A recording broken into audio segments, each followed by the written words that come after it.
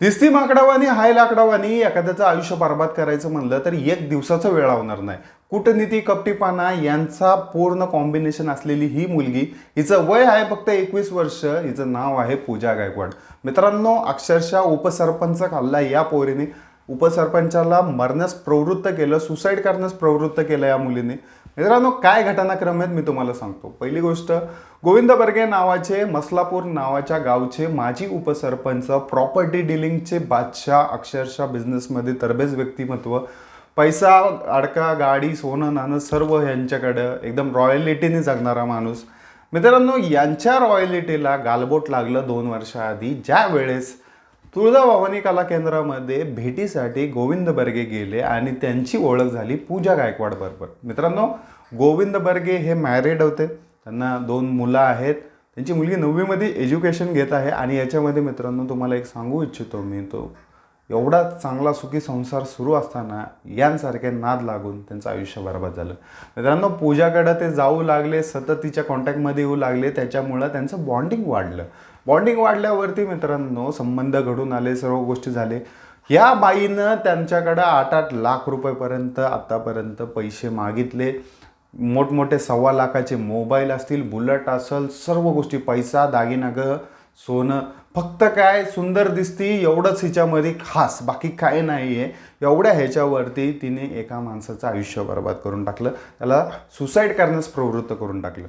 मित्रांनो, ती सतत त्यांच्याकडे डिमांड करत होती की मला हे पाहिजे, मला तेव्हा पाहिजे, माझ्याकडं पैसे नाही आहेत, मला पैसे द्या, हे घ्या. मित्रांनो, सर्व गोष्टी गोविंदनकडनं यांनी कंप्लीट करून घेतल्या. मित्रांनो, शेवटी अक्षरशः जे घर बांधत होते त्या घराचा ताबासुद्धा हिने मागितला. स्वतःच्या भावासाठी 5 एकर शेती देखील मागितली.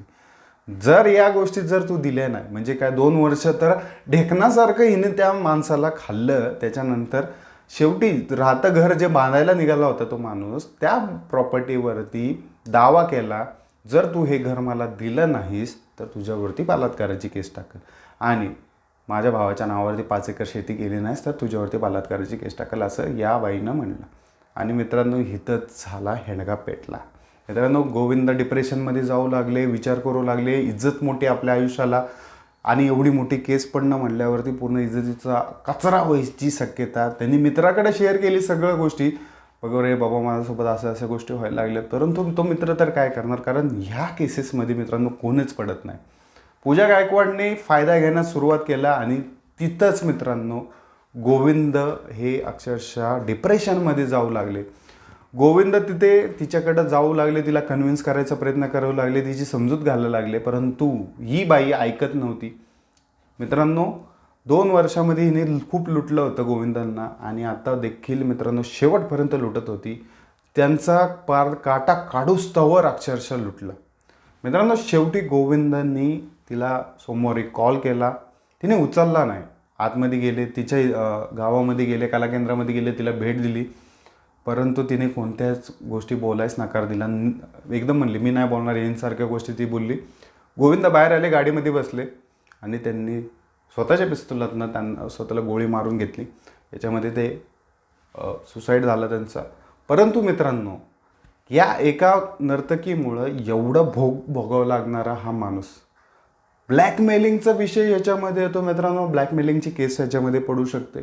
पूजा गायकवाडवरती 3 दिवसाची न्यायालयीन कोठडी तिला झालेली आहे, तिला अटक झालेली आहे. मित्रांनो याच्यामध्ये खूप साऱ्या ट्विस्ट जे आहेत ते पुढे येतच जाणार आहेत. कारण काय 2 गोष्टींवरनं ह्याच्यामधनं पोलिस निरीक्षण करत आहेत. एकतर 2 वेने तपास, म्हणजे काय, एकतर सुसाईड वेने, आणि दुसरं म्हणजे घातपाताचा काहीतरी अँगल आहे का, त्यांना मारून गाडीमध्ये कोणीतरी ठेवलं आहे का, यांसारख्या गोष्टी देखील पोलिस चेक करत आहेत.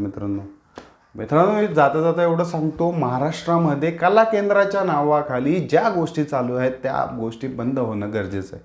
मित्रांनो, मोठमोठे नेते असतील किंवा सर्वसामान्य माणसं असतील, या कला केंद्रांच्या जाळ्यामध्ये अडकत चाललेले आहेत. हे कला केंद्रवाले त्यांना बोलवतात, प्रायव्हसी देतात, 3-3, 4-4 बायासमोर नाचवतात.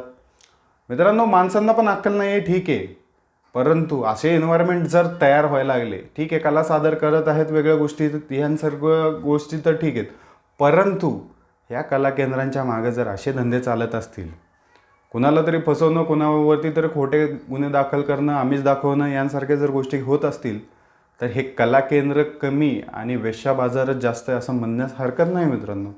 कारण मित्रांनो, ज्या गोष्टी इथे चालतात त्या गोष्टी तुम्ही पाहिल्या तर तुम्हाला देखील असं वाटेल, अरे बापरे काय गाणे.